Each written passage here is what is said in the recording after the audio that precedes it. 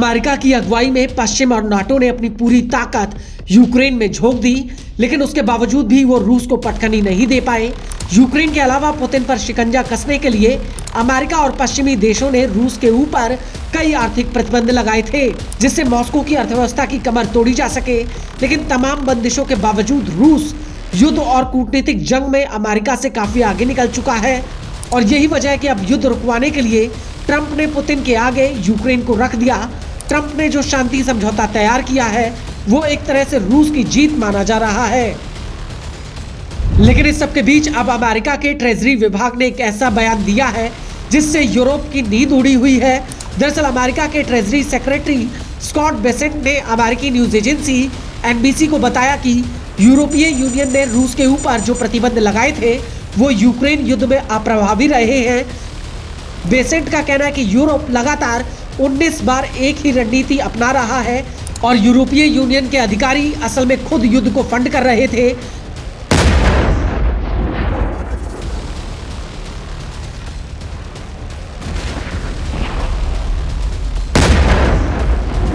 आपको बता दें कि पिछले महीने ही यूरोपीय यूनियन ने रूस के खिलाफ 19वां प्रतिबंधों का एक पैकेज पेश किया था, जिसमें रूस के बैंकों, क्रिप्टो एक्सचेंज और इंडियन और चाइनीज व्यापार को निशाना बनाया गया था। लेकिन बेसेंट का कहना है कि ये सभी यूक्रेन में फैल रहे हैं।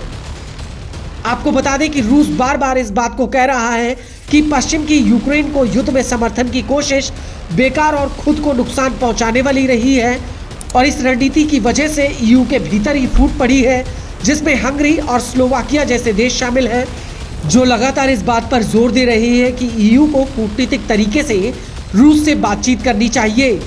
अमेरिकी ट्रेजरी बेसेंट का ये भी कहना है कि अमेरिका ने अपने शांति प्रयासों को रूस के ऊपर दबाव के साथ जोड़ दिया है।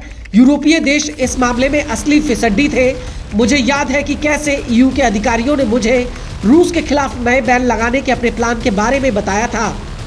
बेसेंट का आरोप है कि यूरोप अमेरिका की टैरिफ रणनीति का पालन करने में इच्छुक नहीं है, जो व्हाइट हाउस ने चीन और भारत के ऊपर रूसी ऑयल खरीदने को लेकर लगाई थी।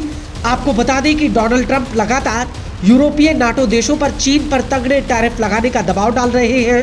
ट्रंप का आरोप है कि ईयू सर्बिया के जरिए तेल खरीद रहा है और मौजूदा ट्रंप प्रशासन चीन के साथ ट्रेड युद्ध में लगा हुआ है।